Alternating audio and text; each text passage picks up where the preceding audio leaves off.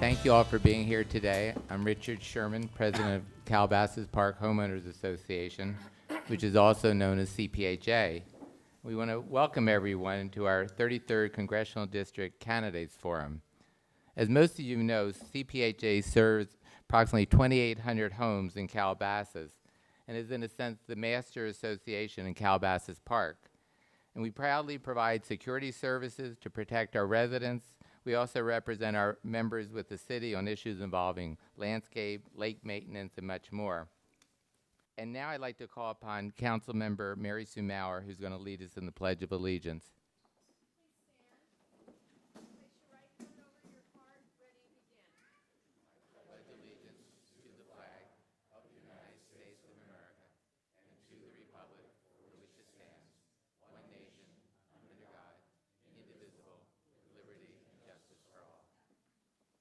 Thank you. We are honored to have some special people in the audience. We're really quite honored. We actually have all 5 city council members here, including our moderators, Council Member Mary Sue Maurer, and our Mayor Pro Tem Lucy Martin. We also have in the audience our Mayor Emeritus, Dennis Washburn. And it's so nice to have some representatives from our neighboring communities. Councilmember Elise Buckley Weber from Agora Hills, Councilmember Lou Lamont from Malibu City Council, and we have Jill Gaines, who's president of the Las Virgenes Unified School District, and a couple additional special people. Lee Ranger, who's the Las Virgenes Municipal Water District member, and I was told he hasn't been sworn in yet, but Superior Court Judge Andrew Cooper. And we have a number of CPHA board members here, and I want to thank them for all their hard work. And I want to take this time to thank our incredibly hardworking forum committee, Charlotte Meyer, Stephanie Williams, Patty Mardell, and Brian Cameron. And Ross Morgan has done a great job. That's our management association in helping. And we also have Andrew Mardell, Patty's son, who's going to be helping us today. And we're really excited that this is being videotaped for later broadcasting. This is through the auspices of the city and Deborah Steller, the city's media operations director, and her team. And finally, and I was a little concerned that Council Member Bezagian might be allergic to the flowers, but you are. I had a feeling if it's too much, we'll remove them. But we want to thank Venco for that, and thank them. You know, the reason why it was so important for us to do this forum is because this is the first time in approximately 40 years that this specific congressional seat is open. You know, Henry Waxman has retired, and we wanted all of you to have the opportunity to hear and see the candidates firsthand. And at this point, I'd like to call upon City of Calabasas Mayor David J. Shapiro to come up and say a few words before we begin.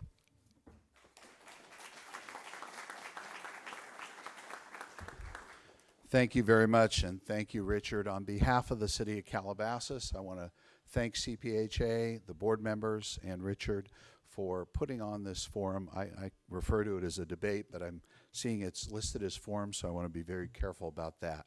The City of Calabasas is very proud to host this event. Yesterday we hosted over 800 of our residents getting flu shots. I think today will be a lot less painful than that. All the introductions have been done. I won't do that anymore, except it's my pleasure to introduce the 2 moderators here, our colleagues on City Council, my friends and colleagues for over 20 years. For those who don't know, they have an award-winning CTV show our local media channel produces on Channel 3 locally with election results, which have won awards through the media for many years now. And the rumor is they're negotiating to go national, and I'm waiting to help them on that.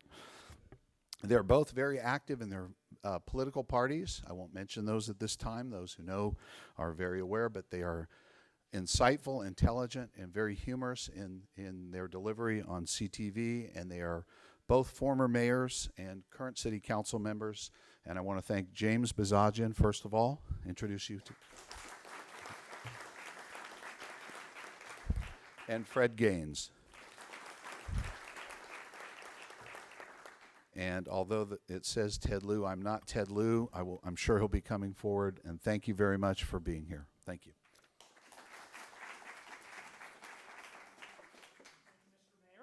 And welcome, everyone. We have, and if Senator Lieu will join us, first of all, let's welcome our candidates who are here today.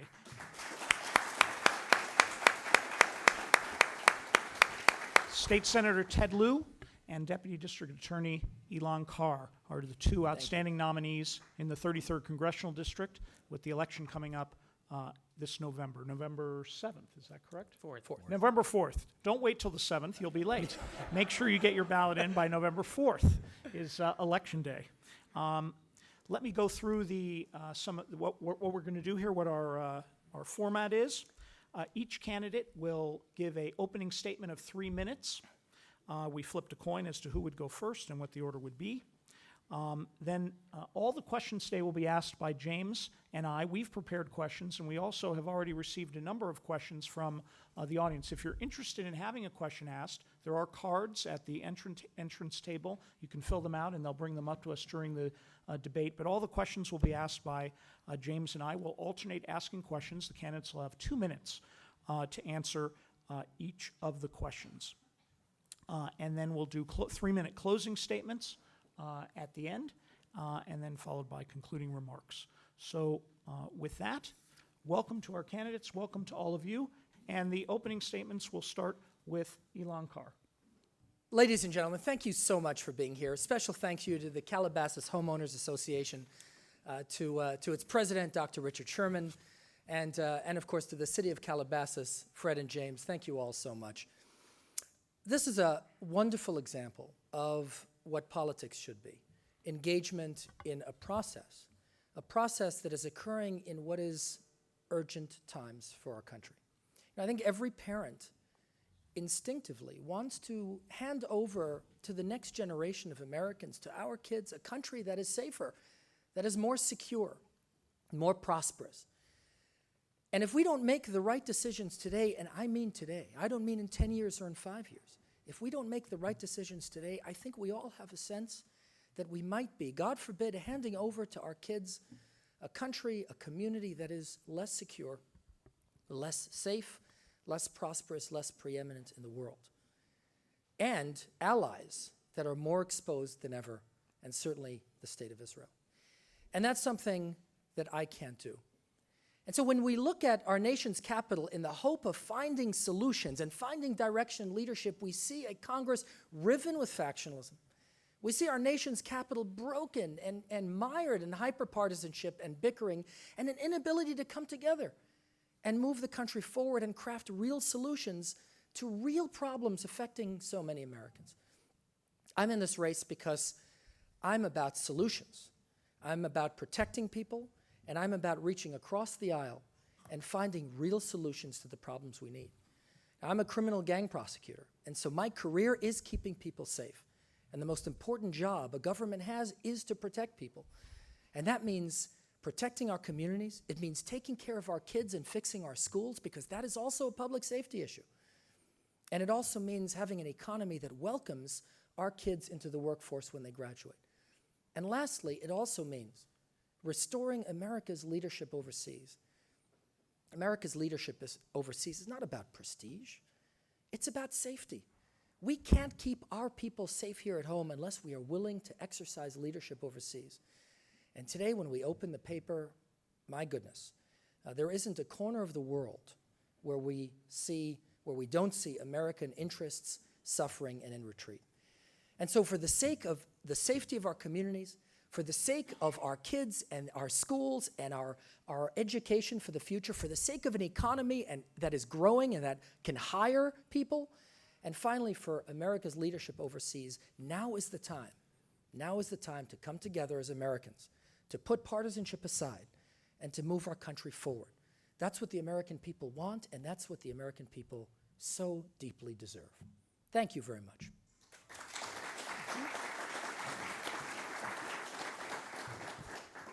And Senator Lieu.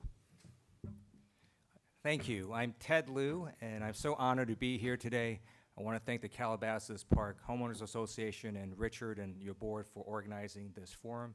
and also to the mayor and city council of Calabasas and the city for helping to put this on. I'm going to tell you why I'm running for Congress, and then talk about one of the main priorities I'm going to work on for this district and for California. And the reason I'm running has to do with how I came here. Like millions of Americans, I am an immigrant. And I was thinking when my parents looked at a map of America, they could have picked beautiful California or Hawaii. They picked Cleveland, Ohio. So that's where I grew up. And we were poor. We did not speak English well, and it was cold. My parents would go to flea markets and sell gifts and jewelry to make ends meet. They did that for several years, saved their money, and opened one gift and jewelry store in a shopping mall. My brother and I would help watch that store because we were free labor. And then eventually they expanded to 6 stores. And so in my mind, they achieved the American dream. We went from being poor to a home. They gave my brother and I an amazing education. I attended Stanford and then Georgetown. And it's one reason I joined the United States Air Force on active duty. I believe I can never give back to America everything this amazing country has given to me. One reason I choose to remain in the reserves. I'm Lieutenant Colonel. I'm 19 years in, and I serve at the Space and Missile Systems Center at Los Angeles Air Force Base. It's one reason I'm in politics, make sure that this dream remains open for people who want to work hard and succeed. And to me, one of the top priorities that we have to focus on is growing our economy and creating jobs. And let me just take you down memory lane about 5 or 6 years ago to 2008, when California was facing many of the same issues that America is facing today.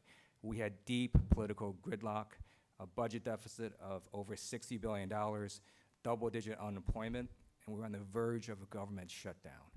But we didn't do that. I was on the Speaker's leadership team. We worked with Republicans and Democrats. We worked with the Republican governor, and we made some very hard decisions, stabilized California in 2008. Came back again in 2009. We did the same thing, provided a foundation from which to grow. Just a few months ago, we passed an on-time balanced budget. We put in over $2 billion in reserves. We paid down over $12 billion of debt. We'll be largely debt-free by 2020. We also reinvested over $12 billion in K through 12 education. We increased funding to higher education. As a result, we now have the lowest unemployment rate in 6 years. We've recovered all our jobs since the recession. This past year, California outpaced the nation in job creation, and it's clear to me our best days are yet to come. But those are some of the experiences I can take to Washington, D.C., working in a bipartisan manner to deliver results for California and to move our state and our nation forward. Look forward to answering your questions. Thank you. Okay.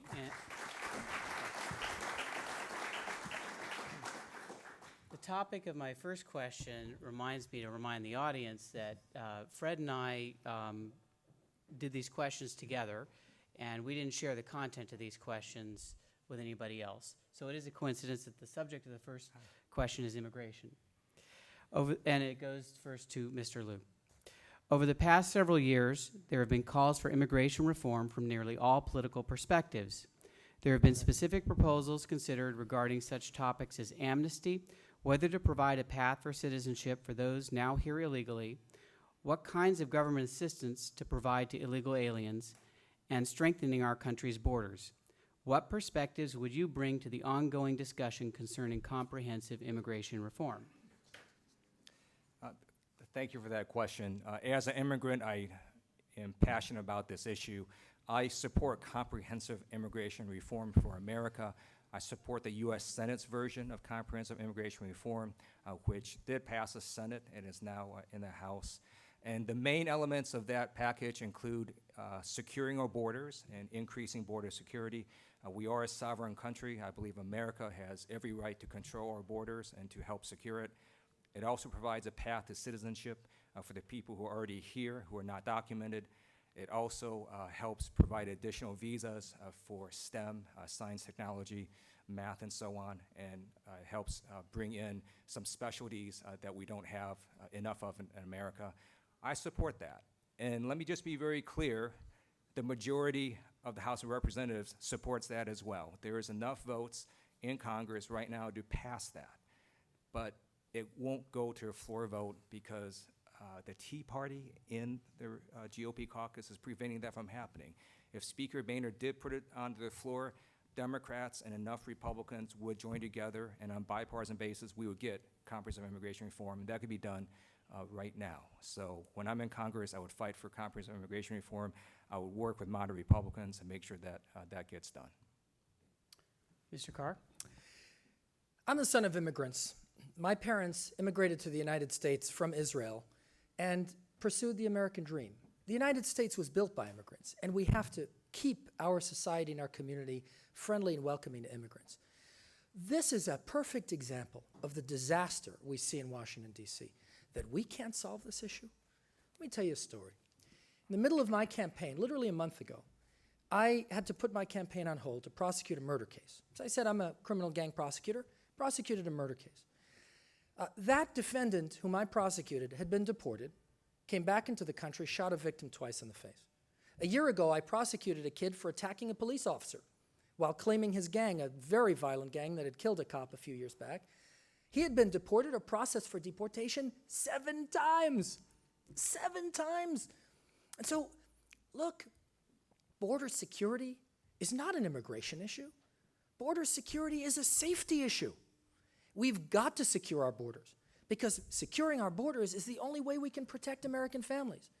Now, we talked about crime, and crime is talked about, but let me tell you, the next, God forbid, the next mass casualty terrorist attack can walk across our border.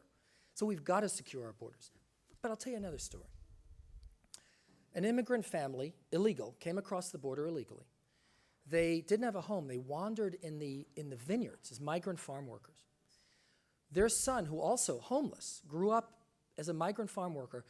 When he turned 17, they went to a Marine Corps recruiting station, and they said, this country gave us a chance at a life, you're going to pay it back. And they signed him up to be a Marine.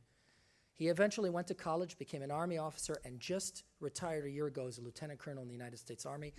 I know a lot about that man because he trained me. I'm an Army major. He trained me to be an Army officer. And so while we have to secure our borders, we've got to have a humane and sensible and decent approach to the many undocumented residents in this country who are decent people, and that's a requirement. Okay, thank you. We are fortunate both of our candidates here today are military veterans, as you just heard, and thank you for your service and your sacrifice, both of you. President Obama recently outlined his strategy for confronting the rise of the ISIS terrorist organization. Do you agree with the president's strategy? If so, why? If not, what would you propose? And under what circumstances would you support the use of U.S. troops in Iran, Iraq, or Syria? And we'll start with Mr. Carr. I spent nearly a year leading an anti-terrorism team in missions throughout Iraq. And we heard about Mosul now falling to ISIS. Well, I led an anti-terrorism mission in Mosul. And it's particularly painful for me to see what's happening in the Middle East today and the extent to which American interests have suffered in the last few years. Do I agree with the president's strategy on ISIS? A few years ago, we had partnered with Sunni tribal sheiks in the most dangerous regions of Iraq, the Triangle of Death south of Baghdad, the Anbar province. And this is an amazing story. Sunni tribal chiefs were joining with the U.S. military to fight Sunni terrorism. It was an amazing achievement. Well, we blew those relationships by not leading in Iraq, by abandoning our projects. Iraq drifted further along the path to Iranian influence. The Sunnis in Iraq became radicalized, and now ISIS is ascendant. What we need to do is reestablish those relationships with Sunni tribal chiefs. We have to have Sunnis fighting Sunni terrorism again. And the way to do that is not to deploy U.S. troops in Iraq again, now that we've left. We left precipitously in the wrong way, but the solution now is not to go back there. The solution is to rekindle and rebuild those relationships that had been so successful and that made Iraq a much safer place. That we have to do. And then with regard to Iran, we are on the wrong path. We are relieving sanctions pressure from Iran, which is Iran is the single greatest threat to peace and security in the world today. The centrifuges are spinning every day, and every day we approach nuclear breakout capability. Once Iran attains that, the world will not be safe. Israel will be deeply imperiled. The Saudis will be forced to engage in an arms race. And American families won't be safe either because Iran is also developing ICBMs that can reach the United States. That has got to stop. Senator Liu. Thank you. I agree that Iran poses an existential threat to the state of Israel as well as to the entire region. That's why in 2007, I was a principal co-author of California's law to divest our pension funds from Iran's nuclear energy industries. That's why in 2010, I co-authored a law that told companies who invested in Iran's sectors that they cannot contract with the state of California. But the question was about ISIS. So and about the president's strategy. Had I been in Congress, I would have voted no. I do not believe it is wise to deepen American involvement in Syria and in Iraq. And let me tell you why. Having served an active duty in the Air Force and still in the reserves, we are an amazing military. We can do a lot of things to degrade the enemy and to destroy things, take over territory, but we're not very good at the next thing, which is what next? The next question. What do you do after that? So, for example, Gaddafi was an evil, bad person. Now that he's been removed, it's clear that Libya is in a worse state than it was before. So if we can't answer this question of what next, then I'm very skeptical of increasing American involvement. In addition, if we were unwilling to arm so-called Syrian moderates 2 years ago when they were stronger fighting one enemy, Assad, it makes little strategic sense to now arm them when they're weaker and we're telling them to fight two enemies, Assad and ISIS. And my great fear is that in about a year, maybe more, maybe less, they will lose and our enemies will have US-made weapons again attacking us. Imagine what happened already with the Iraqi soldiers. The reason that we had to arm the Kurds with additional weapons is because ISIS overran the Iraqi soldiers that we supposed to have trained, took their US-made weapons, and now are using those against our allies. So I would have voted no had I been in Congress. Okay, the next question, the subject matter is healthcare. Perhaps no single piece of legislation has sparked more debate over the past 6 years than the Affordable Care Act. Had you been in Congress back in 2009 and 10, would you have voted for this legislation? Since its passage, there have been numerous attempts to revisit the Affordable Care Act. If the issue is raised again in the next session of Congress, as it undoubtedly will, would you vote to repeal it? And finally, what specific provisions of the Affordable Care Act might you support revising? Senator Liu? I would not vote to repeal the Affordable Care Act. I support the ACA. It has been particularly beneficial to California. We have over 6 million uninsured people in California. With one law, we have now insured half of them. That is a remarkable achievement. We have improved the lives of millions of people in California, and it is a good law that needs some changes. If we could get support to change the portions of the ACA that need changing, that would help us even more. But the problem is, right now in Congress, there's only one vote, which is do you support it or do you repeal it? I think there's about 45 votes taken to repeal the ACA. That's not helpful to America. It's not helpful to California. What is helpful is working together to fix some of the issues in the ACA. And as you may have known, the way it was passed, the House had a version of the ACA, the Senate had a version of the ACA, and they're going to come together in conference committee and work out some of their problems, some of the issues. Well, what happened is Senator Ted Kennedy passed away. Senator Scott Brown got elected. That made the Senate version impossible to pass. So basically, they passed the House version, knowing there were some problems and that they were going to come back and fix it. The problem now is in Congress, Speaker Boehner won't let us fix the ACA. Instead, what he does, he puts bills on the floor to simply repeal it. It is my hope that maybe after the 60th time they try to repeal the ACA, maybe they'll stop, and then we can sit down, work together, fix the problems that are in the ACA. But providing more health care coverage to people who don't have it is a good thing, and that's something that I support. Mr. Carr? Thank you. My wife is a doctor. She practices in the 33rd District. And in fact, she's really a small business owner. You know, she pays rent, she has a staff, she's in private practice, she has overhead. And every day, she sees the problems in our healthcare system. Now, let's be clear. The ACA didn't break our healthcare system, but it sure didn't fix it. It's not working for far too many Americans. My wife has patients who come in and they say, well, you know, my insurance plan is canceled. Now I have a plan with higher premiums, and that provides less of what I need in my plan. Or other patients, many of these patients, who come in and they say, you know, my internist dropped insurance and has gone to a cash practice. I don't know what to do. I like my doctor. I can't afford my doctor anymore. This is an enormous problem. With reimbursements rates dropping, premiums increasing, fewer and fewer Americans are going to have the choices they need in terms of health care. All the doctors around my wife have gone to cash practice. I'm very proud of her because she said, you know, I didn't go to medical school to treat only rich people. I went to medical school to treat the community. But if this doesn't get fixed, I won't be able to do that because I won't be able to pay my staff and still take insurance. This has got to get fixed. Now, the ACA, you know, it does some things that are very good, but we all know it's not working for many, many Americans, and it needs to be fixed. This has got to be a priority of Congress. Now, your question is on repeal votes. I think it's not responsible to simply oppose something unless you're going to say what you're going to replace it with. And so I would encourage, and if I'm elected, I'll be a member of the majority in Congress and the ability to actually have some influence. I would say, look, yes, we want to fix it, but let's not just put up a repeal vote. Let's talk about how we can fix it. Let's come together and have real solutions to make the ACA and to make our healthcare delivery system work for all Americans. And that's something that would take our country a long way forward. We all just witnessed what can only be called warfare between Israel and the Palestinians in Gaza.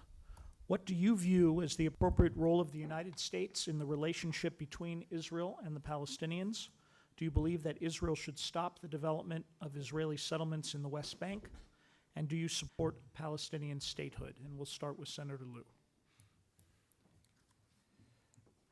Having major in political science with a focus on security studies and international relations, and then in my years in the military where you have to take continuing military education to rise in rank, it's very clear to me that Israel is a profound and unique ally of the United States. It is a bulwark against terrorist states and terrorist nations. It is a democracy in a troubled region of the world, and America needs to do everything we can to support Israel's security and to protect Israel. I believe Israel has an absolute right to self-defense. Israel has a right to prevent tunnels from being dug under its territory. And that's why I've authored 3 laws, actually co-authored 3 laws in the state legislature that do protect Israel. In addition, in terms of not just the academics, but having really an emotional connection. In 2007, I had the great honor to visit Israel with the Jewish Federation, and they took us to Ashkelon and to a military outpost, and they took us to the 2nd floor, and the IDF soldier said, "There's Gaza. Israel provides most of their power to Gaza, and then they launch rockets over." Didn't make a lot of sense to me. And at some point, a younger IDF soldier walks up to the older one, and they have a heated conversation, and then the younger one leaves. And we could see in the sky the metallic sort of balloons and other things that have early warnings when they launch rockets over so that you have a certain amount of time to go get to your shelter. And when we got back on the bus, I asked the guide, what was that conversation about? And he said, well, the younger soldier told the older one, please take these people out of here. They're making us targets. And I understood very deeply the existential nature of Israel, how close its enemies are. And I simply believe we need to do what we can to protect Israel and her security. I support fully funding the Iron Dome. I support America's $30 billion Memorandum of Understanding for strategic partnership and increased cooperation. And I have to stop now, so thank you. Mr. Carr. Support for Israel is a key component of U.S. foreign policy, and it's got to be central to our foreign policy. It has to be unequivocal. It has to be bipartisan. That has not happened in the last few years. When Israel has been assaulted by barrages of rocket fire from Gaza, the statements of the State Department in particular were not helpful and not supportive. We've got to support Israel because it's not only thousands of rockets from Gaza, it's 100,000 missiles in the north from Hezbollah aimed at Israel. And again, like I said before, it's the Iranian centrifuges spinning ever closer to true disaster for Israel and for the Middle East. Now, I don't represent simply somebody who would be a reliable vote for Israel in the United States Congress. Reliable votes, that's very important because, boy, as we saw on the Iran sanctions bill, votes we thought were reliable proved to be a lot less reliable than we'd hoped. But I don't just represent a reliable vote. I'm somebody whose family is Israeli. I bring my kids to Israel every year. I speak Hebrew. I also speak Arabic. When I led an anti-terrorism team in Iraq, I interacted with Iraqis in Arabic. And so I bring an understanding of Israel and of the Middle East that, frankly, few candidates in the country can match. And in these urgent times, in times of such great danger for the United States and for our allies around the world, and certainly for Israel, we don't need a reliable vote. We need a leader in Congress. We need somebody who has the background and the experience and the depth of knowledge, who can sway opinion in Congress and who can be a game changer for the U.S.-Israel relationship in the United States Congress. And that's what I represent, and that's critical for U.S. foreign policy.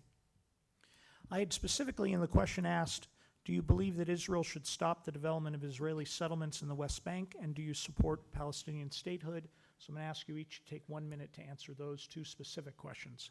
And we'll start with Mr. Carr. I think it's inappropriate for the United States to lay out its view of the contours of any final settlement between Israel and the Palestinians. I think any final settlement between Israel and the Palestinians has to occur through open, free negotiations between the parties. And so to pressure one party and to make pronouncements about how Jerusalem should be handled, I think is dramatically inappropriate, and that's not what the United States should be doing. What the United States should be doing is helping the parties reach consensus. And Israel has many, many times said everything's on the table. Israel is willing to negotiate, willing to make painful territorial concessions, willing to give up parts of its ancient, historic homeland for the sake of a real peace in the region. What did it get in return? Rockets. Rocket after rocket after rocket. It's time for the United States to stand unequivocally in support of Israel. And yes, encourage negotiations and reaching a final settlement, but not pressure Israel and not tell Israel what its security interests are. Senator Liu. I support a two-state solution. I believe a two-state solution is ultimately how we're going to have peace in the region. In terms of the settlements question, I think it's unhelpful to continue to expand settlements, but to me that's more a symptom of what the problem is, which is their undefined borders. If you had a two-state solution, you would have defined borders, and in any two-state solution, there's just going to be land swaps. So I think the settlement issue will be settled with any two-state solution. I think America can play a role in helping the two parties achieve a two-state solution, and as a member of Congress, I would work hard to achieve a two-state solution.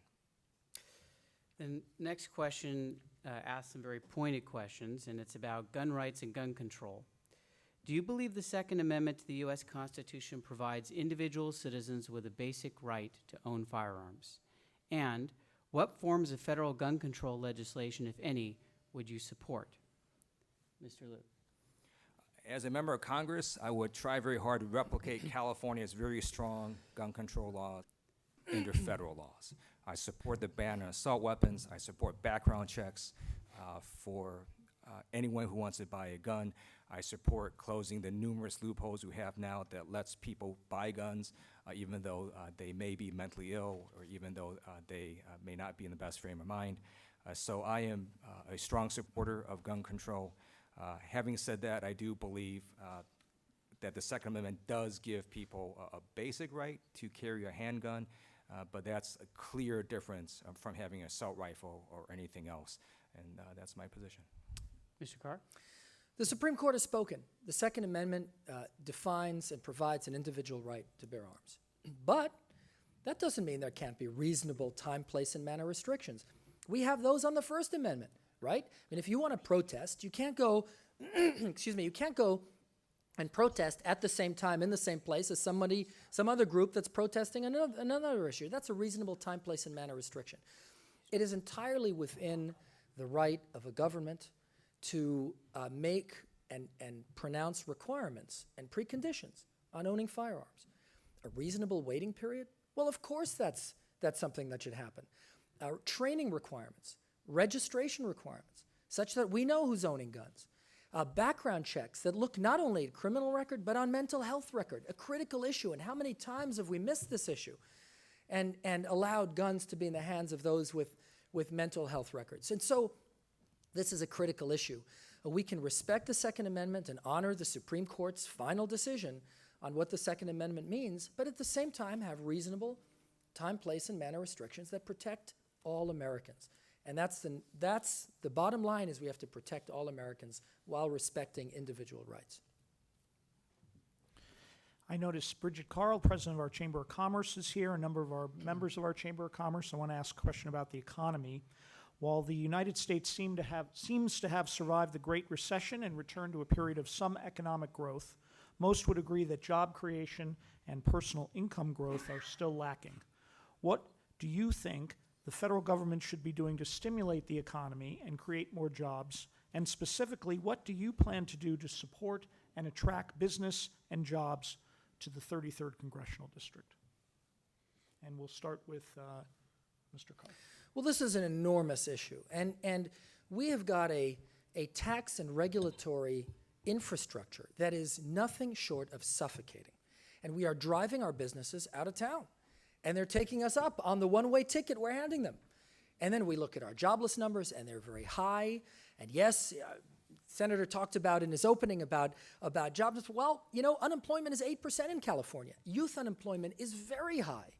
And minority unemployment, well, that's just catastrophic. We have got to do better. And so when we are sending our businesses, I saw somebody, Ian, has a Tesla t-shirt sitting right over there. Well, guess what? Tesla just left, and Toyota left, and Honda left, and Big Commerce left, and Hollywood's leaving, and aerospace is leaving. Well, I mean, we are forcing our businesses to pick up and move. And they're moving to Texas and Nevada and Arizona, Louisiana, and Canada and Australia. This has got to stop, because what happens is our unemployment numbers are way, way too high. Revenue falls to our state coffers, and our federal coffers too, but our state coffers. And then what do? Well, we wring our hands, we slash budgets to our schools and our educational system. We're emptying our prisons into our local communities because we don't have the money. So this is craziness that we are suffocating our businesses and causing our job creators to flee. They are fleeing California, and in many cases fleeing the United States and heading to Canada. We need to reform our tax system, have a tax system that is not punitive, and we need to have a regulatory infrastructure that makes sense, that businesses can navigate. And that's something that's got to be done not only at the federal level. You asked about the federal government. It's got to be done at the state level too. And here too, a member of Congress can have influence, because it's not just about reforming our federal infrastructure. It's about working with the Secretary of State's office and the county supervisors and the city councils to have a tax and regulatory infrastructure that makes sense. Thank you. It is true that companies leave California. It's also true that companies enter California. And when you net the two out, California led the nation in job creation this past year. This past month, we led the nation in every state. In August, we had the highest number of jobs created. And when you look at our economy, we are actually increasing funding to education. In the last 2 years, we've dramatically increased funding to education by billions of dollars. We've increased funding to higher education. But it's clear we can do better. And the way we do better is not by making socks, and I hope none of you actually do that. But we have to emphasize our competitive advantages, things that we can do better than other states or other industries or other countries. And so, for example, we have a very robust aerospace sector. That's why I voted for, and the governor signed into law, an aerospace tax credit that's going to help have planes being built here in California. We have a very robust entertainment sector. Some other states are stealing some of their jobs. We are now going to try and shut that down. I was a principal co-author of the Film and TV Production Tax Credit that the governor recently signed to keep film and TV production right here in California. And let me tell you why Tesla actually went to Nevada, because I'll tell you what Nevada did. They basically took the film and TV tax credit, because they really couldn't compete there, and they slashed it by over 85%. And they took that money to fund the tax break for Tesla. We just were unwilling to do that. And we believe we can compete in the entertainment industry. We've got ports, right? Switzerland is never going to have a port. Idaho will never have a port. That's why I carry legislation to increase access to our ports by having Export Finance Office. And I believe that we need to keep access free at our ports. That's why I commended the longshoremen for unloading cargo from an Israeli flag ship. Even though there were BDS protesters there, it's a movement I deeply oppose, and I got to stop again, so thank you. Okay, now we're going to switch up a little bit, and we'll start out with Mr. Carr with my questioning. And we are, just so the audience knows, we are using your cards to prioritize our own questions, and we're adding some of your thoughts into our questions as well. So we're going to turn now to transportation. What will you do to ensure that California receives its fair share of federal funding for transportation? And also, do you support building the proposed high-speed rail system within our state? Transportation is a huge issue. I think anyone in Calabasas knows. You sit in traffic. I mean, how much productivity do we lose sitting in traffic? So we need to have a better infrastructure. When Caltrans fixes our highways, much needed repairs, those repairs need to be done at night and not during times when they shuts down our arteries of traffic. We need to have better public transportation. And here too, federal funding can be very, very helpful in establishing public transportation wherever possible. So these are all critical issues. Now with regard to high-speed rail, I love the idea of high-speed rail, but we can't afford it. If we were running a budget surplus, sure, I would say that's a great idea and that's a great investment to make. We cannot afford it at a time when our funding to education is woefully low, and when we are literally emptying our prisons through this realignment bill and housing felons now in county jails where they're being released early and crime is now going up, we cannot afford to spend billions and billions of dollars on high-speed rail. And so I support smart investment in infrastructure and in public transportation, fixing our roadways, our sidewalks all throughout the county, and the federal funding goes to that too through the stimulus, and I support that very much. But we've got to be smart in our investment, and we can't spend billions of dollars on projects that we simply cannot afford. Mr. Liu? Transportation is a huge issue for this district. It is a beautiful district, but we also have the 405 and the 10 and some other majorly congested freeways. Anything I can do to fight for transportation funding, I will do. In the legislature, I also supported all the transportation infrastructure bonds, 1A, B, C, and D. Those are starting to run out now, so we need to have more funding to fill the gaps that are going to be coming due pretty soon. In terms of high-speed rail, about 2 years ago, we had a vote on high-speed rail. I would have loved to have taken the billions of dollars that the voters approved for high-speed rail and the billions of dollars of matching federal money that the government had and spend that on education or healthcare, but we couldn't. It was restricted to one thing, high-speed rail. So my decision was, do we vote for this and create tens of thousands of jobs and help us boost our economy in California, or do we give this money all back to the federal government? And I voted for it. And it did create a lot of jobs, and we're doing better in California. And it's also clear that the federal government wants to put high-speed rail in America. And right now, California is the only one that has it. And if the federal government gets its act together and decides to fully fund high-speed rail, there's one state that will benefit from that, and that's our state. And as a matter of just transportation in general, it is a bipartisan issue, whether you're a Democrat or Republican or independent. If you're stuck in traffic, you're stuck in traffic. So anything I can do to help alleviate that, I will. Calabasas and our surrounding communities are blessed with our outstanding Las Virgenes Unified School District public schools. Jill helped me with that question. What do you believe is the appropriate role for the federal government to play in public education? Do you believe that the federal government should mandate national educational standards? And do you believe that tuition should be tax deductible? And we'll start with Senator Liu.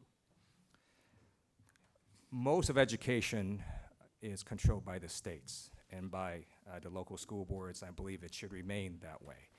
In terms of testing, I think the No Child Left Behind was a well-intentioned law that has had negative consequences. I voted against testing second graders. I think that's just stupid. I had a second grader. He's now in third grade. If he had a bad night's sleep, he won't do as well. If he had a lot of cereal that morning, he may not do as well.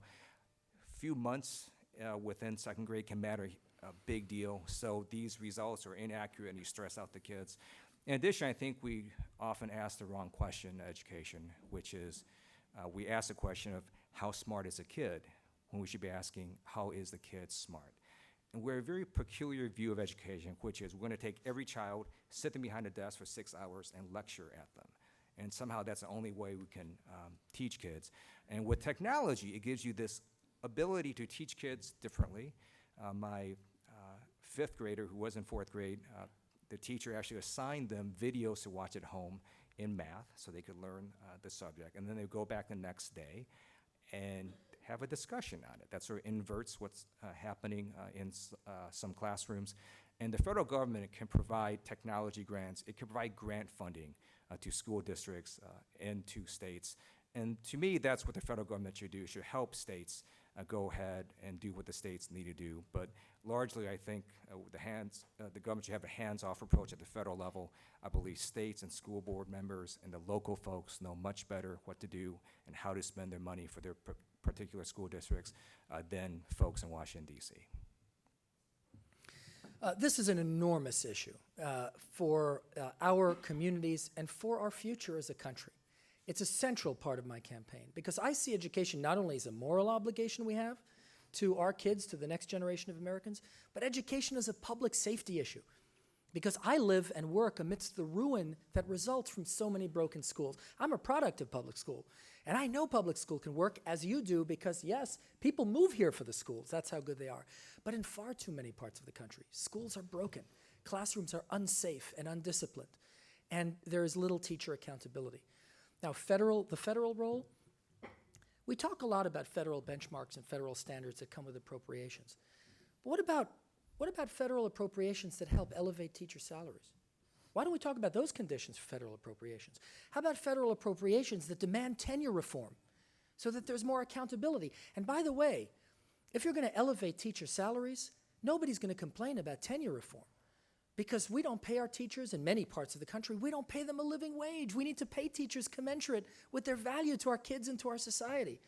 So this is a critical issue, and we've got to work on this. Because if we don't, we are going to consign yet one more generation of Americans to lives of ruin. Let's just conclude with this. You know, a friend of mine is a philanthropist and gives a lot of money to education. I said to him, Mike, you know, we've got to fix it. We have to have schools that nurture and empower our kids. He stopped me in mid-sentence. He said, nurture our kids, empower our kids. Do you know what I give my money to? I give my money to literacy programs. Because in the United States, we don't teach our kids how to read in far too many places. I hope one day I can be worried about empowering kids. My friends, this is America. Reading, we're not teaching our kids how to read. We shouldn't be able to sleep at night until we fix these problems. And we've got to fix it right away. Okay, the next question is involving affirmative action and racial quotas. Recently, there has been much debate at both the federal and state levels regarding the propriety of what is alternatively referred to as affirmative action or racial quotas. Under what circumstances, if any, do you support the use of such racial preferences in our society? Do you support California's own ban on racial preferences, which was inserted into our state constitution by voters in 1996? Mr. Carr. Yes, I support race-neutral decision-making at all levels of hiring and school admissions. I don't think it's appropriate to have racial quotas. I think the direction of our society and our community should be to treat everyone equally. Now, that doesn't mean that in admission, especially to schools and universities, we can't consider people from disadvantaged background. That has nothing to do with skin color. But some people who've overcome tremendous challenges in their background or in their communities, should that get special consideration? Should kids who have suffered terribly and yet somehow excelled and fought their way out of a difficult problem, should that get them some credit in an admission process? Sure, it should. But that has nothing to do with skin color. I mean, there are examples of kids who have done remarkable things, who are of every possible ethnicity. And so I don't believe California should be starting to treat, or should return, I should say, to treating people of different skin color differently. I believe in equality, and I think that's what America should strive for. Thank you. I oppose Proposition 209 when it was put into place in California. I oppose it today. But it's also the law of the land, and so I would abide by it. But I think there are ways we can move forward that is a win-win for everyone. First of all, let's just create more slots in higher education. And so that's something we start working on in the state legislature. If you can just increase the number of positions that are open, then everyone benefits. And it's also clear from all the research that by the time you sort of get to college and you're dealing with issues really affirmative action, it is too late, right? Most children have a lot of things happen to them in the first 5 years of life. And if you can simply increase pre-K education to more people, that would have a far more beneficial effect later on in terms of college admissions than anything we could ever do.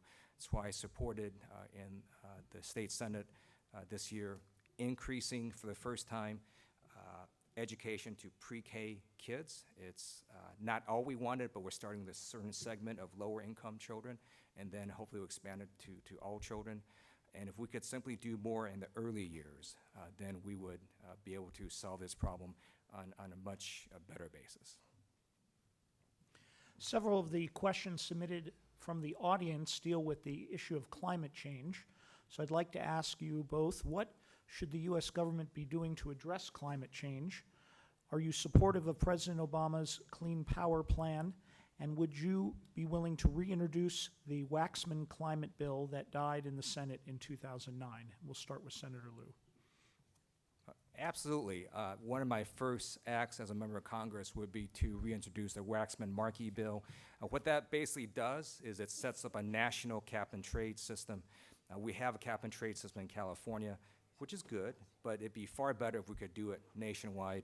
I do believe that climate change is an existential threat to humanity. I want my 8-year-old and my 11-year-old to grow up and live. I want their kids to live. And to me, climate change is one of the most profound issues facing us. And for our species to survive, we need America to do what California has done, and the rest of the world to do what California has done. And in the legislature, I was a co-author of AB 32, the landmark Global Warming Solutions Bill that mandated a climate greenhouse gas reduction by 2020. I also authored a law last year that provided now over $3 million for 2 rounds of funding to cities and organizations to deal with climate change adaptation. And I also authored a bill that didn't quite make it into law that was going to take cap and trade money and devote it to natural resources for open space preservation. And I was thinking, wouldn't it be great with our technology if we could invent a machine that sucks carbon out of the air and then emits clean air? Well, we've got that. It's called a tree. And if we could simply preserve forests or even expand it, we will naturally also mitigate climate change. It is an issue I'm passionate about and something I would work on as a priority in Congress. Greenhouse gas emissions reductions, very important. But this is something that has to be achieved, first of all, in a way that's not punitive to U.S. businesses. We need to have businesses grow and expand and hire. And so we can't have a system that's so punitive and so rigid that our businesses are simply not able to grow and to hire and to labor under those regulations. So we've got to be balanced about this. But then there's a second point too. We can reduce greenhouse gas emissions in the United States. But if we do this unilaterally, without addressing the problem of staggering greenhouse gas emissions coming from China and India, we're not doing the world any favors. We're hurting U.S. businesses, we're rendering ourselves less competitive, and we aren't addressing a major source of greenhouse gas emissions in the world. And by the way, pollution, not just greenhouse gas. I mean, the levels of pollution that we see out of China and India are staggering. And so I think this has to be dealt with in a reasonable, well-balanced way that addresses business concerns, but that also brings other countries in. Because if the purpose of these proposals and these policies is to reduce greenhouse gas emissions around the world, then the only way to get that done is to bring other countries into it and have a consortium where there's an agreement to reduce greenhouse gas emissions. That's critical, and this is something we have to do through international bodies that actually are equipped to address precisely this issue. Just a follow-up question to each of you on this topic of energy and the environment has to do with fracking. I'd like to know your position on allowing fracking to continue, or do you support eliminating it or further regulating the practice? We'll start with you, Mr. Carr. I think our approach to energy has to be a full court press. And I believe in investment in green technology and clean energy. But we also have to, again, in a full court press, we also have to develop our fossil fuel reserves, and we have to extract oil. Now, that can be done in a safe and environmentally friendly way, and that's the key. Okay? Whenever it's possible to extract oil in a way that is completely safe for the environment, I support doing it. In certain cases, there have been examples where fracking has been disastrous, and where in the way that oil was extracted, it's led not only to pollution, but it's led to all kinds of groundwater effects, and it's. But there are many other cases where we've been able to extract oil in a way that is safe and that is environmentally friendly. And so I believe in a full court press dealing with energy. Let me say something else and more broadly. You know, we have to find common ground on issues. And this view that so many Americans take and that seems to dominate Congress, sadly, is, you know, we demonize each other for opposing views. You know, an environmentalist doesn't want a good job at a good wage, and a business owner doesn't want to breathe clean air and drink clean water. You know, there's such vast amounts of common ground we can find. And I think what we need to do is bring people together in Congress, but then throughout our country. Bring people together and find common ground to deal with all of our challenges, energy independence being one of them. And so that's the kind of climate, and that's the kind of cooperation we need to see in Congress and in our country. Senator? I have a different view on fracking. I oppose it. I was a co-author of a bill in the state Senate to ban fracking in California. Fracking has been shown to cause earthquakes in Ohio and some other states. I think it's insane that we're going to come to California and now do fracking in an earthquake-prone state. Until we know more about fracking, I believe it should be banned. But because we haven't been able to get it to that stage, I also did vote for a bill that regulated fracking, because for a long time, companies weren't even telling you the chemicals they were injecting in the water when they did the fracking. So I supported a bill by Senator Fran Pavley, who has endorsed me, and that bill is now law. It does now require these companies to disclose what chemicals they're putting into the water when they frack, to make sure that those chemicals don't leak into your water supply. It also makes them get permits so we know where the fracking is happening. And it's been shown to be dangerous in other parts of America. I think it's dangerous in California. If I could ban it, I would. Next question has to do with relations with Russia. The recent series of conflicts between Russia and several of its neighbors threaten the regional stability of Eastern Europe and the sovereignty of many of its nations. What role, if any, should the United States have in these escalating military and diplomatic disputes? Mr. Carr. This is a very, very dangerous development. And here's a perfect example of what happens when the United States doesn't exercise strong leadership.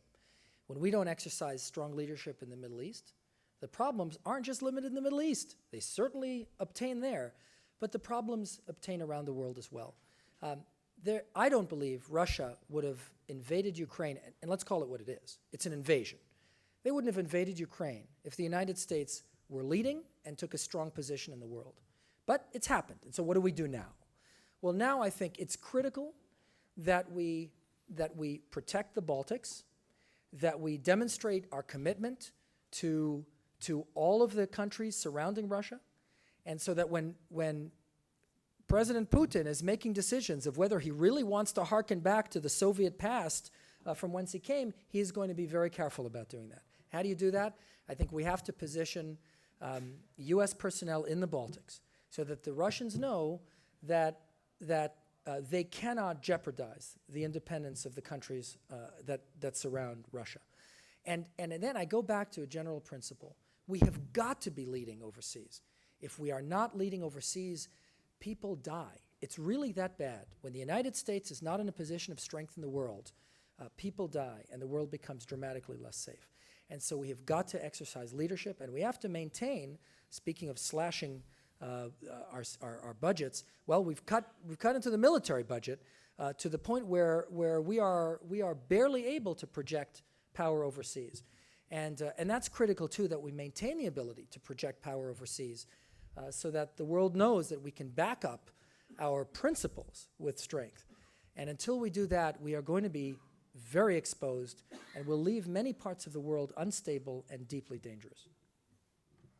Mr. Liu? Thank you. Just, the U.S. spends more money on its military than any other country in the world. We can certainly project power if we want to, but in the area of Ukraine, I oppose ground troops there. I oppose U.S. military intervention. I think the way to go is with increased sanctions on Russia. And again, it comes to my view of foreign policy, which is the number one priority is the national security of the United States. And there's not a lot that I'm reading here that shows that there is a huge national security interest in Ukraine on the part of the United States that will warrant U.S. military intervention. Now, it's a bad and awful thing that Russia has invaded part of Ukraine, and they should suffer the consequences, which I would support in terms of economic sanctions. But again, I'm very skeptical of U.S. military intervention in other places. Even though we have an amazing military, the what next question is very hard for us to answer. If we were to intervene militarily, what would happen next? Well, one would be possible nuclear war. So, I'm just not going to support intervening militarily against Russia. I would support economic sanctions. What do you see as the federal government's role in determining a woman's right to abortion services and contraception? Do you support the use of federal funds to pay for such services? And do you believe that private companies and religious organizations should be able to determine whether their employees can receive coverage for abortion and contraception in their health insurance plans?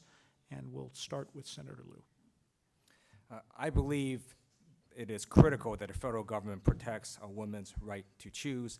I am 100% pro-choice. I'm honored to have been endorsed by Planned Parenthood. I have 100% not only pro-choice voting record, I also co-authored legislation to increase access to women's health. I completely oppose the Hobby Lobby decision, which basically said private employers can now use a religious excuse to discriminate against women.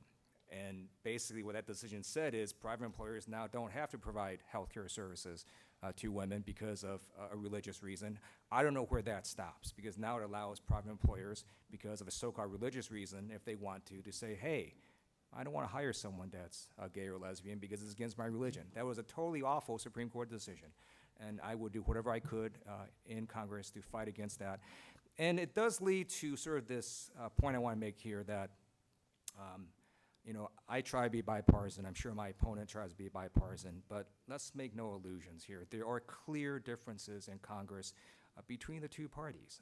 If I were to be elected in November, I will vote for Speaker Pelosi, and I will caucus with the Democrats. My opponent will vote for Speaker Boehner and caucus with the Republicans, and they're just very different views on the issue of choice, on women's health, on whether we think private employers should be able to discriminate in terms of women's health, in terms of equal pay for equal work. Very clear differences. And so I am fully supportive of the federal government being an active, critical role in protecting women's health care, in increasing access, and also in funding abortion services. So I would support all of that down the line. Mr. Carr.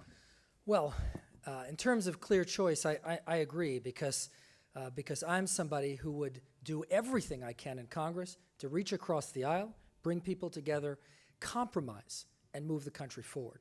And that's critical, that Republicans and Democrats work together and that the bickering and the hyperpartisanship end. And that's what my campaign is all about. It's about the future, not the past, and not how we got into this mess, but how we can get out of it. And now about your question. I have always sympathized with the frustration and the insult felt by women at the notion that the government is going to tell them what they can and can't do medically. The Supreme Court has spoken on this issue. And the decision is very clear. The Constitution protects a woman's right to choose. Now, I would never support any legislation that violates the Constitution, nor would I support a constitutional amendment to change that. So that is my starting principle. Now, on the subject of exemption for religious institutions in terms of funding abortions, I don't think it's fair to demand that a church or a synagogue that employs people has to fund abortions when they are religiously prevented from supporting such things. I don't think that's fair. And by the way, there's a long history of jurisprudence in the United States that allows for exemptions because of the free exercise clause of the United States Constitution, where religious institutions and for religious practices, there are exemptions. And people can practice their religion. That's the one of the guiding principles of our country. And so I do support an exemption for private employers that are religiously affiliated not to fund procedures with which they deeply disagree on religious principles. And I think it would be terribly unfair to require them to do that. The next question is about constituent representation and services. The 33rd Congressional District is now configured to include a vast number of diverse communities stretching roughly from the Ventura County line all the way down to the Orange County line. What will you do to keep attuned to the many local issues within the district and make sure that you provide a high level of constituent services to the many individual communities you represent? Mr. Carr. Yeah, this is critical. I mean, you know, if we're going to represent this district, we have to know what the issues are, and we have to be. I just came right before I came here to Calabasas. I was in Manhattan Beach, and so I believe that the only way really to understand people and to understand their concerns and their passions and their tribulations is to meet them and to be in their homes and to be in their schools and their communities. I was just at the opening of a charter school. By the way, that wasn't a campaign appearance. I wasn't announced as a candidate. I was invited, and because I so deeply care about education, I went to this opening of this wonderful school down in the South Bay because I think it was in San Pedro, so critically important for our future. So this is what I've always done, and I've always believed that we've got to bring people together, find common ground, and focus on real solutions to the real problems afflicting people. You know, visiting Calabasas is something that shouldn't just be done in campaign season. It shouldn't be done once every 10 years. It should be done all the time. I mean, a member of Congress who represents this area ought to come here and ought to meet people here and ought to visit the institutions and the homeowners associations and the schools and the synagogues and the churches here in Calabasas and everywhere else in the 33rd District. And that's certainly the kind of member of Congress I want to be, and that's what I've shown in my campaign as well. So I love going to different events in the district. It is a beautiful district, and attending openings and talking to people. But as commonly understood, constituent services is something very different. It's when a constituent calls your office and says, I need help. And for over 9 years, my office and I have been doing that for the constituents within my state Senate district. And I'll give you a story, for example. A few months ago, a woman called us. She was diagnosed with cancer. She needed emergency cancer surgery. Blue Shield conveniently terminated her from health care coverage. And so we worked with her. We called Blue Shield. We worked together. We were able to resolve the problems. She got her coverage back from Blue Shield. She had her operation. So that's an example of constituent services. It's also working with cities and organizations and groups to help secure funding.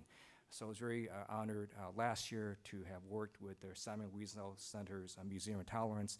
They needed just a little bit more money to complete the Anne Frank exhibit, which is a beautiful exhibit. I commend all of you to go through that. And I helped secure $2 million in funding so that they could complete that exhibit. It's working with cities and communities to make sure that they have the resources they need to provide constituent services to their constituents when they get questions about how to help people. And it's something I have a long track record of doing. It's something I love doing, and I love getting the letters from constituents after we've been able to help them with their problems, whether it's with the DMV or with other federal agencies or with private companies. It's something I love to do, and I'll continue to do as a member of Congress.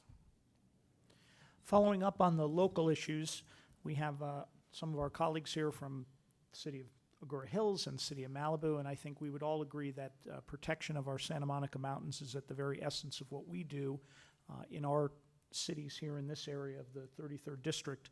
I wanted to ask your position regarding providing additional funding for the expansion of the Santa Monica Mountains National Recreation Area, making that area potentially a national park, and also with regard to the potential construction of a wildlife corridor overpass over the 101 freeway, something that was launched this week with a rally that occurred just a few days ago. And we'll start with Mr. Carr. So, you know, our environment is one of California's treasures. And this for me is such an important issue. And that's why I so reject this notion that it's a choice between jobs and the environment. That's not true at all. I grew up backpacking in the mountains. My father and I would go on these amazing trips, and we actually had a dog with us, an Alaskan Malamute. He would carry his own pack. He would have a pack. He would carry his own food and water. And this is something that the ability to have natural beauty that's protected and inviolate is absolutely critical, especially in a state like California, which is just, you know, blessed by beautiful natural assets. Absolutely, we should protect the Santa Monica Mountains, and absolutely, we should make sure that wildlife is able to migrate freely. And incidentally, that's also not only an issue for the sake of the wildlife and the beauty of our natural terrains, but it's also a safety issue. When you don't have an ability for wildlife to migrate freely, they start to come into communities because they forage for food, and so you get coyotes and other wildlife crossing over major traffic arteries and roaming urban areas, and so I absolutely support environmental protection, and yes, I think it's very important to assure that wildlife can migrate in a way that's free, which is not only important for wildlife, it's important for us and preserving safety. Senator? I fully support wildlife crossings, and it's not so much so that wildlife doesn't enter your community, it's so that the wildlife doesn't get hit by cars as they're crossing the highway. I had the chance to visit Liberty Canyon with Agoura Hills Councilmember Elise Buckley-Weber. I saw where the proposed wildlife crossing will be. I fully support it. And the way it can be funded is through grants. And right now, at least for the next 2 years, we're going to have a Democratic executive branch. I would, if elected as a member of Congress, work with the administration to try to get federal funding to help plan for that wildlife corridor. I also support open space preservation. I support doing anything we can to preserve the Santa Monica Mountains. And keep in mind, again, it's also helpful to climate change. The more open space and the more nature and trees you can protect, the better it is for our climate. And in terms of, back to wildlife corridors again, if we don't do that, it's causing problems for some of these species, such as mountain lions, that are inbreeding within their own populations. That is bad. In addition, something else I would work on is I would work to ban second-generation anticoagulant rodenticide. And I know it's a long term, but what that's been shown to do is to cause certain diseases in mountain lions and kill other wildlife. At the state level, I voted for the ban, but at the federal level, I would make that a national law because it is dangerous to humans as well and to wildlife, and there's other rodenticides that can already do the job. So I'm fully supportive of open space preservation. I would fight for grants for the wildlife corridors and do whatever I can to preserve the Santa Monica Mountains. Okay, we're going to turn to the closing statements, which are 3 minutes each. And again, by the coin flip, we're going to start with Mr. Carr. A government's most important job is to keep people safe. And I have a long track record of doing that. As I said before, I'm a criminal gang prosecutor. And so I protect American families from the chief threat to our communities here at home.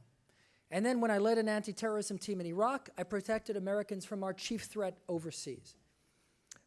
But let me say this. Keeping people safe, protecting our communities, it's not all about handcuffs and jail cells. That's a part of it. But we also have got to take care of our kids for the sake of their future. I'll tell you what it's like to prosecute a gang member. I prosecute 17, 18, 19, 20-year-old kids. And every time I prosecute a kid, and I put him away for more years than he's been alive on this earth, it breaks my heart. Breaks my heart. And not because they haven't earned the sentences. They have. They've hurt other people. I believe in freedom of will. Someone hurts someone else, they need to be held accountable. That's my job. I do it. But I think every single time, when are we going to fix this? A kid joins a gang because he wants to feel some degree of peer acceptance and self-worth and importance. Shouldn't we be providing healthy vehicles for that? What kid doesn't want to feel those things? But we aren't. Now, I get to know these kids and I know their backgrounds and I see what they come from. Their schools are disaster areas in many cases. We have got to fix this. And we talked about education.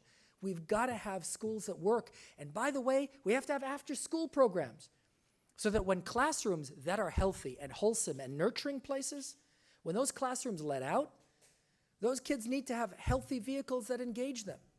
And we need to have job training in the schools, because having a sense of one's ability to provide for oneself and one's family, that's also part of self-worth. And those are things we need to be doing. And then when our kids graduate from schools that are healthy and wholesome and nurturing, they need jobs. And that's also ultimately a public safety issue. Because when kids and young adults don't understand that their potential is limitless, and that they can provide for themselves, and that they can have a stake in their future and build the kind of future they envision, they are lost. And they're lost to hopelessness and despair. This country is so deep and wealthy and so filled with blessings. And yet, when we don't fix these problems, and when we maintain a capital city in Washington, D.C. that is riven by dysfunction, we betray our next generation. And we don't come together and fix these problems. We need to start doing that now. And so my campaign is all about keeping people safe, about taking care of our kids and nurturing them, and about bringing jobs back to California for a better future that we could all embrace. Thank you so much, and thanks for putting on this wonderful event.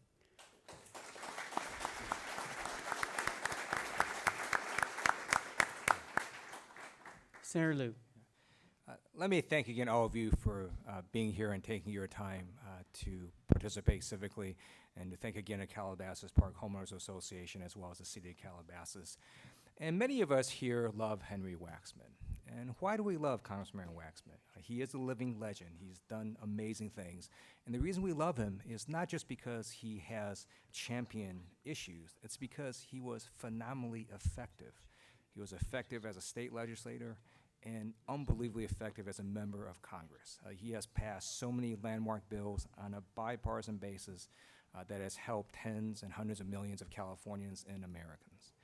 And this position is a legislative position. It's not a local position. It's not an executive branch position.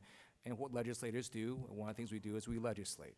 So I'm going to tell you a story about an experience I had when I was in the State Assembly. I was chair of Banking and Finance. And when I was made chair, the economy was fine. Things were going well. And then about 9 months, a year later, the foreclosure data starts rolling in.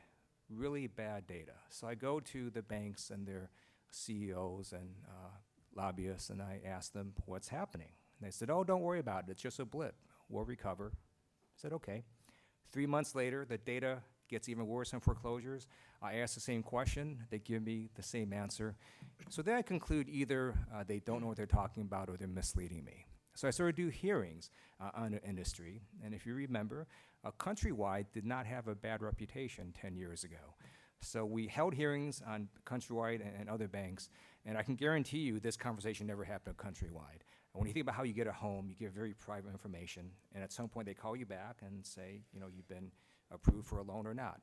Well, Countrywide never called you back and said, congratulations, Mr. and Mrs. Smith, you've been approved for a low teaser rate loan. Now we know that you can pay off the first 2 years of the 1% interest rate. We know when it goes to 10% year 3, you're going to default. We don't care, we're giving you this loan anyways. That conversation never happened, but that's in fact what was going on. They then took all these loans because they got a commission quickly and sold them to firms like Bear Stearns and Lehman Brothers. That's why those firms don't exist anymore, and that nearly collapsed our entire economy. So I authored legislation to rein in those predatory practices. I couldn't get it passed through the legislature the first time, came back a second time, tried again, got it through the legislature, vetoed by the governor. Came back a third time, got it through the legislature, and a Republican governor signed the legislation. And we were able to reform the subprime mortgage industry well before Congress acted. And I was able to do that on a bipartisan basis. And that's why I've been endorsed by many folks, both Republicans and Democrats, honored to be endorsed by Councilmember Waxman, Supervisor Xavier Oslovsky, as well as former LA Mayor Richard Reardon and Supervisor Don Kanabe, and we'll be honored to have your support and endorsement as well. Thank you.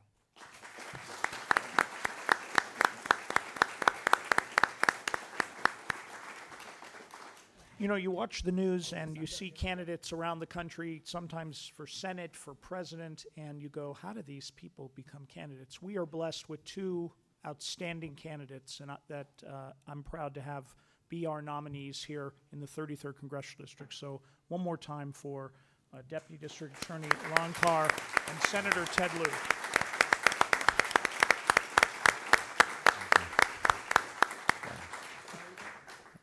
Yeah, I want to echo what Councilmember Gaines said. I appreciate the thoughtful comments and the thoughtful way you both answered the questions of the audience and of our moderators.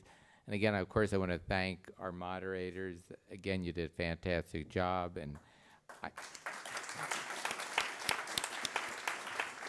And everybody should look for your election analysis show. It's going to be on Yes. After the November election. And if you have friends who couldn't be here today, go to the city website. It's going to be on periodically between now and the election, and also it can be picked up online. I want to call up our Mayor Pro Tem, Lucy Martin, who's just going to have May a I? closing comment. And That's fine. I just want to remind everybody to vote, though, on November 4th. Fred's going to vote on November 7th, but every one of us is going to vote on November 4th. Voting by mail starts in 2 weeks. To remind everybody, the turnout was a record low in the primary. We had 18 candidates running for this seat. We had an open seat for the first time in this district, as you heard, in a generation. And we had a 25% turnout. And in Calabasas, it was about a 25% turnout, which reminds me of our municipal election turnouts, which are nothing to write home about. So with that, please vote. Please encourage other people to vote and get educated on the issues. Lucy, didn't mean to preempt you, but I wanted to state that. I'm just going to reiterate what you've heard our fellow council members have said. And on behalf of the city of Calabasas and my fellow council members, we would like to thank the candidates for coming, Mr. Carr and Senator Lieu. And please vote. Your vote does count. Your voice will be heard. Thank you again for coming. Have a wonderful afternoon.